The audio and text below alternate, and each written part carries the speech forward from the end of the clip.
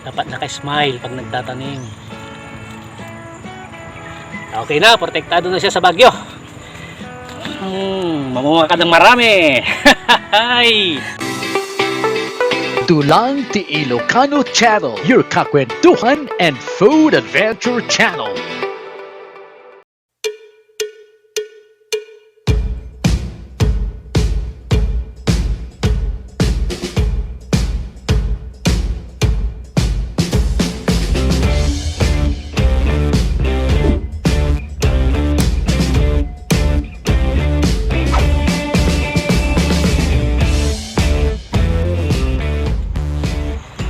Itatanim na po natin itong Malaysian red guava. Ayun. Pero ito native. Kusang tumubo ito, hindi ko puputulin sapagkat nangihinayang ako. Malaking pakinabang din ito. Okay, ngayon sa paghukay po natin, kailangan yung hukay po natin ay sakto lang sa kataas nito. Yan, lapit. Yan.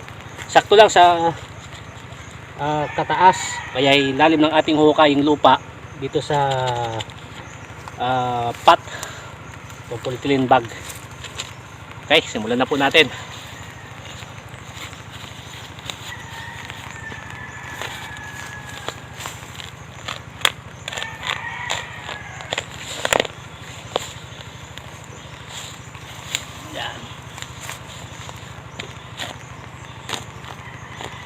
Yung paghukay pala ng butas kapag slopey siya, yung pag nabungkal nyo ito, yan, halimbawa nito dito sa taas, kasi kapag umulan yung lupa bababa diretso sa puno ng bayabas.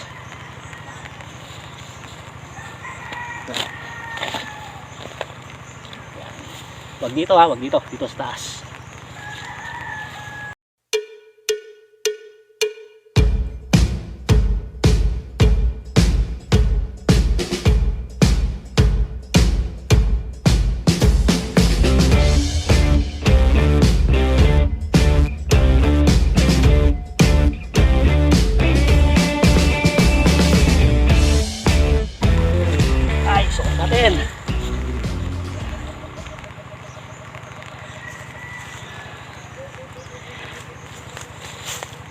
Kaunti pa.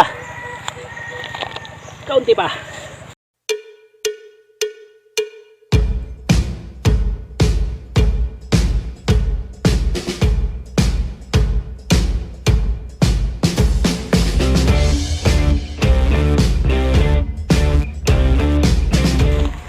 Huwag masyadong malalim dahil hindi naman tayo gagawa ng balon. Yan, okay na yan.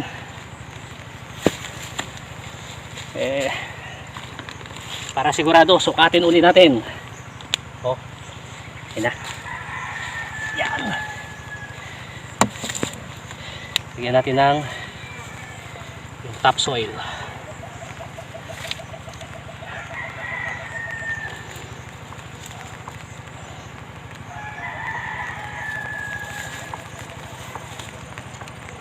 Topsoil. Nandito kasi yung sustansya ng lupa. Okay? Kaya yung topsoil ilalagay natin. Okay. Ayun. Oh. Sakto lang siya. Tatanggalin lang natin tong tong polyethylene bag. Okay, sa pagtatanggal ganito. Para makumpak yung lupa. Ayan.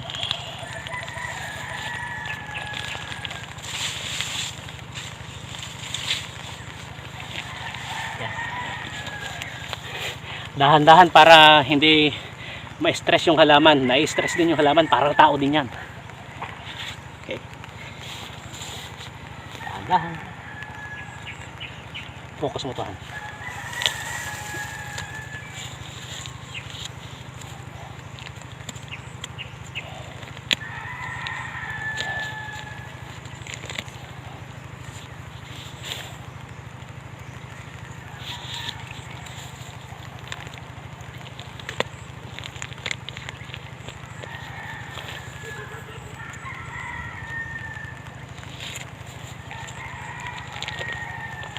Yan, lumabas yung ugat. Yung kanyang ugat, lumabas na. Yan.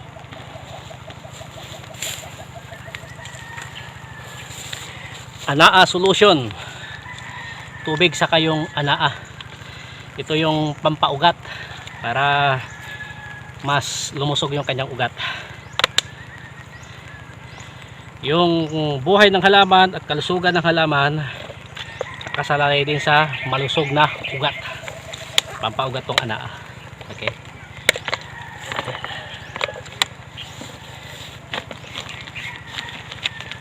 Ngayon. Yan.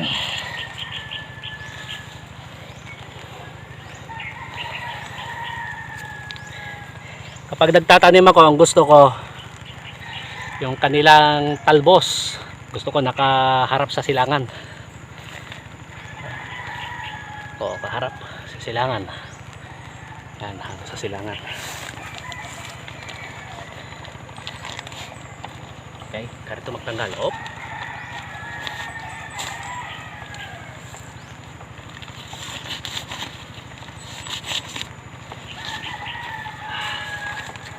Okay, lapit mo.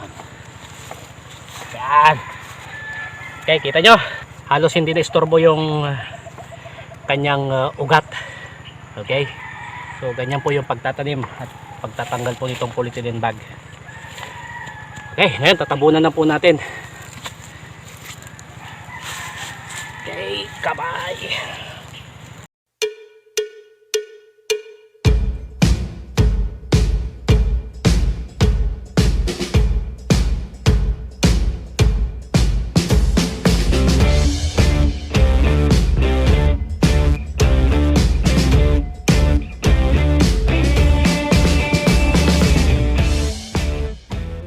Okay. Kaya nilagay natin dito yung lupa. Yung hinukay natin lupa. Kasi pag bumuhos yung malakas na ulan, magkakaroon ng soil erosion, itong lupa bababa. Yan. Okay na. Dumi ulit natin ang anaa. Oh.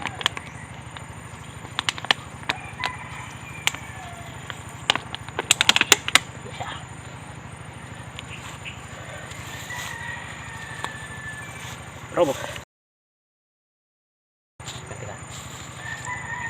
Okay. Talagyan natin ng tungkod. Tungkal kung nada Ilocano or suray. Protection sa hangin po ito. Kapag di natin baka hindi natin asahan, may bagyo o kaya malakas na hangin, hindi po ito maistorbo. Okay.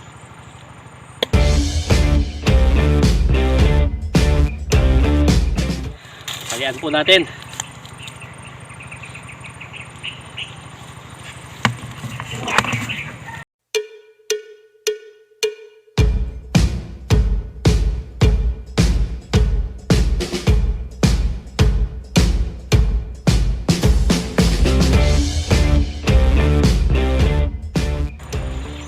Dapat naka-smile pag nagtatanim.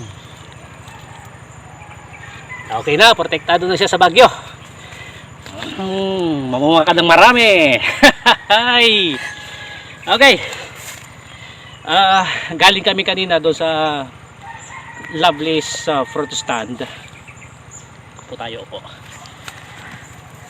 Gusto ko makakita ng actual na bunga nito. Pero na-research ko sa Google, kay Mr. Google, yung bunga nito parang kasing laki lang ng aking kamao. Yung balat kulay pula, yung kanyang laman kulay pula rin, pero ewan ko ba pula o purple, basta pula. Malaysian red guava tawag po nila rito. Okay, pero yung lasa bayabas din, pero ewan ko kung may pagkakaiba po sila sa guapol na, yung guapol na alam niyo na, yung green. Okay, malalaman po natin pag namunga po ito. Okay, marami pa po tayong plano po rito. Ayan, sa banda roon papakita ko po sa inyo sa ating video. Tataniman pa po natin ng red guava. Okay, meron na po tayong unang naitanim. Doon po. Okay, so dito muna po tayo at maraming salamat po sa palagi pong panunood at pagsuporta sa ating Dulang T. Ilocano channel, your kakwentuhan and food venture channel.